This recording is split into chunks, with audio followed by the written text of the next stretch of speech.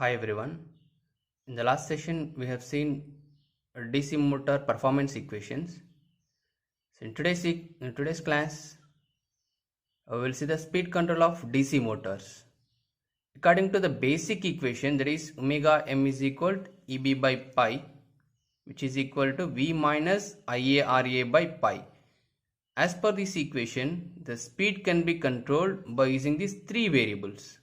Speed omega m is controlled by using three variables, that is voltage, armature resistance and field flux. That's why there are three methods. One is armature voltage control method, field flux control method and armature resistance control method. We'll see one by one. First one is armature voltage control method. So it is preferred because of its high efficiency and good transient response and good speed regulation. So in this method, the speeds can be controlled below the rated speed or below the base speed, because the armature voltage cannot be allowed beyond its rated value. If you go beyond its rated value, there is a chances of insulation failure. That's why we need to set the voltage below the rated voltage.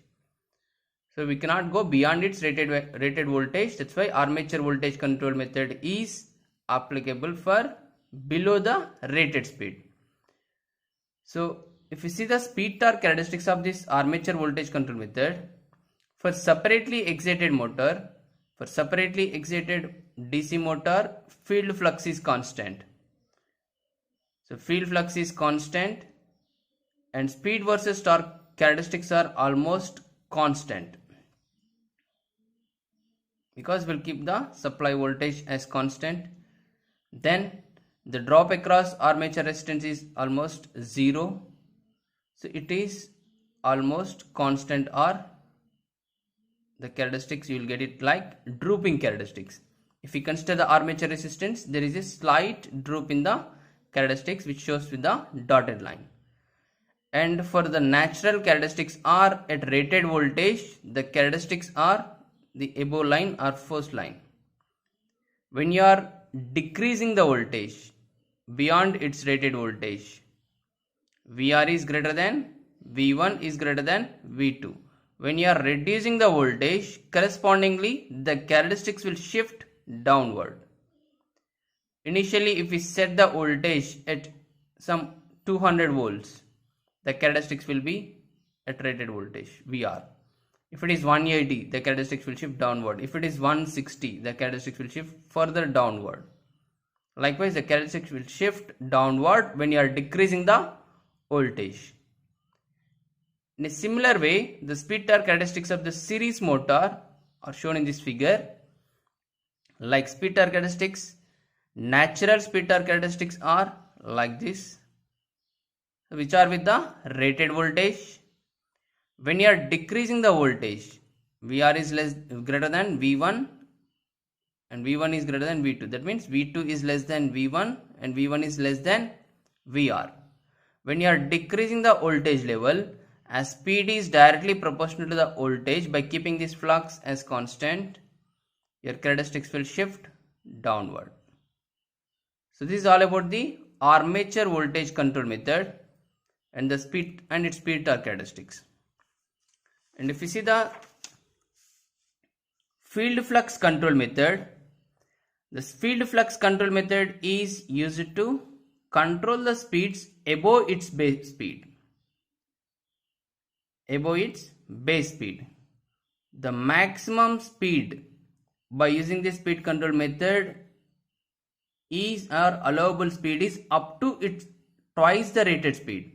Above the base speed, but there is a limitation, that is we can go up to twice of its rated speed. And in specially designed machine, it can be up to 6 times of its rated speed. Specially designed machines, generally we can run with more RPM. So in separately excited motor as well as the series motor, we'll see the speed torque characteristics. If you see the speed torque characteristics in the separately excited DC motor, By keeping the flux as constant in separately excited motor, flux can be constant, and by varying the voltage across the field winding, we can keep the flux as constant. We can set some voltage across the flux to keep that flux as constant.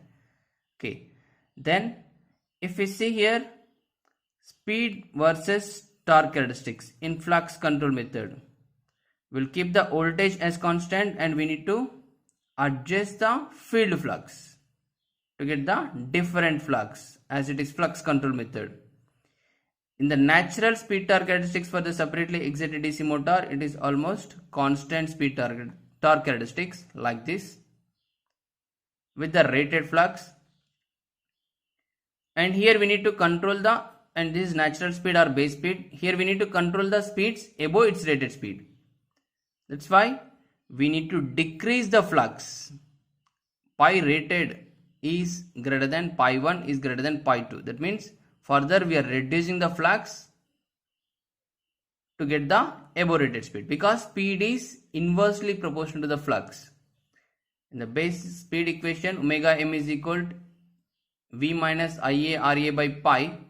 There we are keeping the voltage as constant and we are controlling the flux. Omega m is inversely proportional to the flux, means by decreasing the flux your speed will increase. So that's why you are decreasing the flux. Here pi r and pi 1 is less than pi r, pi 2 is further less than pi r as well as pi 1. That's why the characteristics are shift upward, that is above the base speed. And in a similar way for series motor, these are the natural characteristics pi r with rated flux, and when you are decreasing the flux, that is pi 1 is less than pi r, pi 2 is less than pi r as well as pi 1. When you are decreasing the flux, as speed is inversely proportional to the flux, your characteristics will shift upward like this. That's why you are getting the above rated speeds. So this is for field flux control method. And the last one is armature resistance control method. In the armature resistance control method, we need to control the armature resistance. What is the equation? That equation is omega m is equal to V minus Ia Ra by pi. So here Ia Ra drop is there. The speed is varying by wasting the power in external resistance that are connected in series with the armature. In series with the armature, we'll connect one resistance. By wasting the power in that resistance, your speed is going to be controlled. The speed torque, natural speed torque characteristics are same. Again, in the separately excited motor, this is the constant characteristics. Those are the natural characteristics.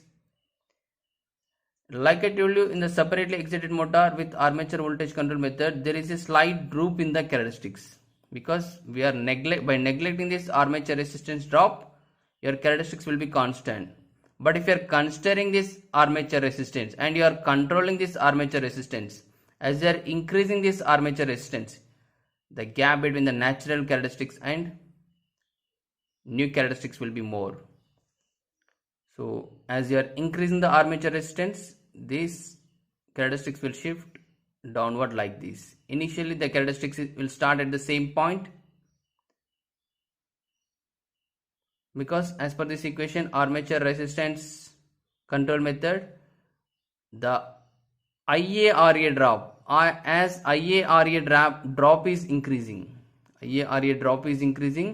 your speed will reduce, because V minus IaRa, right? This drop is increasing means overall numerator will decrease. That will decrease the speed of the motor. So that's what it shows here. In a similar way, in series motor also, as you are decreasing the armature resistance, these are the natural characteristics. The above characteristics or first characteristics are the natural characteristics with the normal armature resistance at 0.1 or 0.2 armature resistance or 0.5 ohms of armature resistance. But as you are increasing the armature resistance, your numerator will decrease, that will shift the characteristics downward. Because omega m will decrease, that will shift the characteristics downward as the armature resistance is increasing.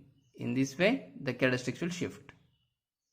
Okay, so this is inefficient method because we are wasting the power in the armature resistance.